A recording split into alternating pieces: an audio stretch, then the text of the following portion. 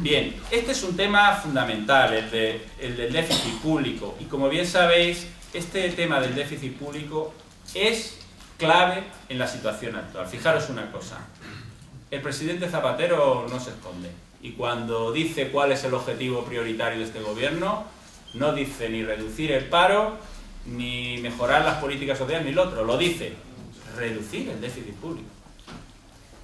El déficit público es, hoy por hoy, el argumento y la excusa que utilizan constantemente para seguir avanzando en la reducción de políticas sociales y otra cosa más que os habéis percatado todos y todas y que viene más, en la privatización de cosas públicas, patrimonio y servicios. Sabéis que hace 4 días privatizamos AENA y la lotería. ¿Por qué? Porque, y además en esto tampoco se cortan, ¿cuál es la justificación por la que los gobiernos, el español y de otros muchos países europeos, toman hoy las políticas económicas? No se cortan tampoco y te lo dicen. Para dar confianza a los mercados. ¿Os suena esa musiquilla? No es para dar confianza a las personas, que sería en última instancia lo que todo gobierno tendría que trabajar. No, no. Tomamos estas medidas para dar confianza a los mercados. ¿Y qué quiere el mercado? Mejor dicho, ¿qué quiere el especulador? Porque debemos de ser finos y llamar a las cosas por su nombre. ¿Qué quiere el especulador? Más negocio. ¿Y dónde está el negocio? En aquellas actividades que desarrolla todavía el sector público que dan beneficios. Los aeropuertos, por ejemplo. Las loterías, por ejemplo.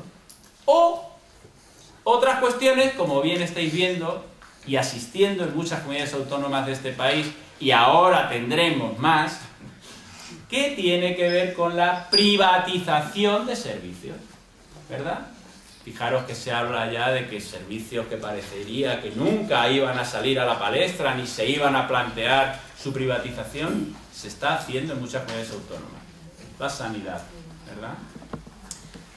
Determinados servicios públicos relacionados con todo lo que os podéis imaginar, con la limpieza, con la seguridad. Todo eso son maneras en que se da confianza a los mercados.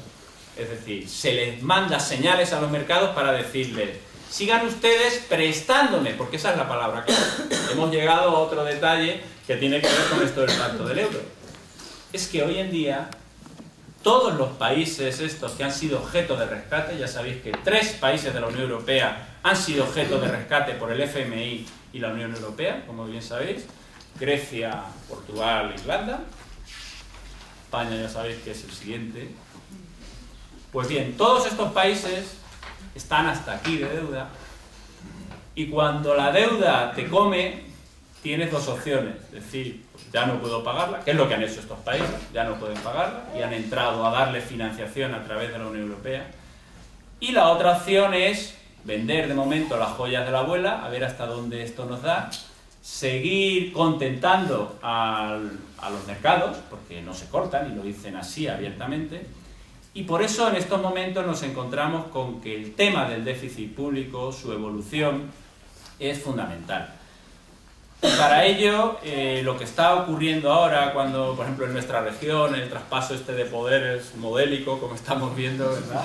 Donde no sabemos mañana cómo acabarán, nos damos cuenta como hay unos juegos y unos intereses estratégicos que nos ponen sobre la mesa algo fundamental, y es lo siguiente. Y esto también es importante que lo tengamos claro. Porque, fijaros, los estados, los gobiernos, desde hace muchos, muchos años, han intervenido en la economía. Pero muchos años. Que tengáis un poco de nociones económicas, desde la Gran Depresión de los Estados Unidos, la Segunda Guerra Mundial, hasta los años 80, hemos vivido una etapa de fuerte intervencionismo de los gobiernos.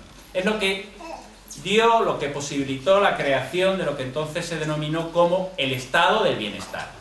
El estado del bienestar fue, en aquellos momentos, el desarrollo de políticas sociales, educativas, de pensiones, de infraestructuras, por parte de los gobiernos que mejoraban la calidad de vida de la gente y que en definitiva era, por así decirlo, como un pacto entre el capital y el salario, entre el capital y los trabajadores.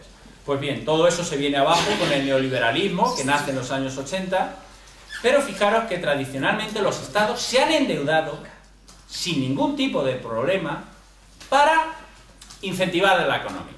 Vamos a ver, esta es otra cuestión que me imagino que aquí también es un tema muy sensible y muy peliagudo, porque fijaros que seguramente cuando yo lo plantee vamos a encontrar aquí gente que lo va a entender o que lo va a comprender fácilmente. Fijaros una cosa, hoy en día no se habla de otra cosa para salir de la crisis más que de reactivar la economía, volver a conseguir las sendas de crecimiento que hemos tenido en los últimos años, ¿vale? Todos los que escucháis por ahí a los políticos, todos dicen lo mismo. Hay que volver a crecer. Bien, pues eso a mucha gente nos da miedo, ¿verdad? Porque todos y todas sabemos que ese crecimiento desbocado de los últimos 10, 15 y 20 años ha tenido consecuencias muy negativas, sociales y ambientales.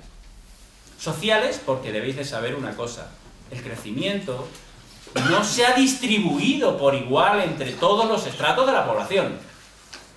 En los últimos 30 años hemos asistido al mayor crecimiento de la desigualdad en los países enriquecidos. Ojo, no ya estamos hablando respecto a los países empobrecidos. Por lo tanto, ese es un tema que siempre nos debe dar repelús. ¿Crecer para quién? ¿Vale? Y en segundo lugar, cada vez más nos damos cuenta que ese crecimiento cuantitativo del consumo y de la producción es un transatlántico que va directo contra el acantilado, porque desde el punto de vista ambiental no tiene pies ni cabeza, ¿vale? Por lo tanto, cuando hablamos de retornar a sendas de crecimiento debemos de ser muy cautos, porque no nos vale cualquier crecimiento. Posiblemente nos hayamos pasado en muchos aspectos de crecimiento material y quizás el crecimiento pueda estar bien para otros aspectos de nuestra vida más espiritual, pero seguramente en esos no. ¿Qué quiero decir con esto? Que los gobiernos siempre se han endeudado para tirar de la economía, para intentar sacar a la actividad económica adelante en los momentos de crisis. Se han endeudado muchísimo, pero ojo, antes el endeudamiento de los gobiernos era mucho más fácil de asumir. Y este es un tema clave que tiene que ver con la Europa neoliberal en la que vivimos. En el año 93 se firma el Tratado de Maastricht y se pone en marcha, hace ya 20 años, el Pacto de Estabilidad, que dice que los gobiernos no podrán endeudarse por encima de determinado nivel, su déficit público no podrá ser más del 3% y, lo más importante, solo podrán financiarse a través de deuda pública. Este es el matiz que quiero señalaros aquí.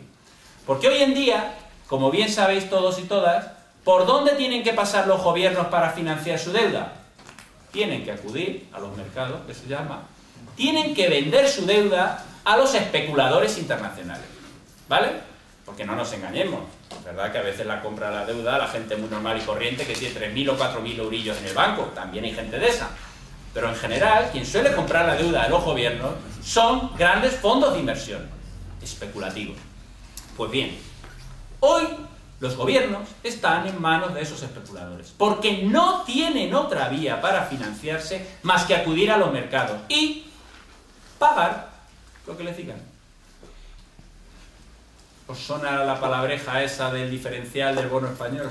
El diferencial del bono alemán, el diferencial del bono griego.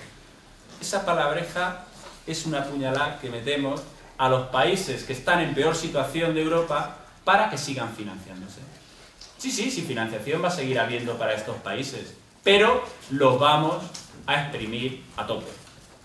Y cuando se dice exprimir a un país que emite deuda pública, es exprimir fundamentalmente a aquellas personas que peor lo están pasando en ese país. ¿Y qué quiero decir? ¿Cómo eran antes las cosas? Eran mucho más sencillas. Los gobiernos siempre han tenido claro que el control de la financiación en la economía era fundamental. ¿Y qué hacían para ello? Bancos públicos. El Banco de España es mío, del gobierno, y me financia lo que yo quiera y me haga falta. ¿Vale? Es decir, el dinero está al servicio de las personas, en este caso suponiendo que un gobierno es el que tiene que llevar a cabo unos determinados gastos sociales, gastos de inversiones, que son de interés social. Pues bien, en aquellos años, cualquier gobierno le pedía prestado a su Banco Central, el Banco Central le prestaba dinero, que luego no devolvía. Bueno, si es el dinero que necesitamos todos, ¿verdad? ¿Para qué nos vamos a pagar intereses a nosotros mismos? Pues bien, ese mecanismo de financiación, que ha sido un mecanismo que se ha utilizado hasta el año 93, desaparece. Y a partir de entonces, solo los grandes bancos europeos y solo los grandes fondos de inversión van a quedarse con el control de financiar a los estados. Esto lo debemos de saber todos y todas, porque hoy en día, y con esto acabo y comentamos lo que entendamos, hoy en día, como bien sabéis, se nos dice por activa y por pasiva que no llega el crédito a las familias, que no llega el crédito a las pymes, a pesar de que los bancos están recibiendo muchísimo dinero de los gobiernos y del Banco Central Europeo.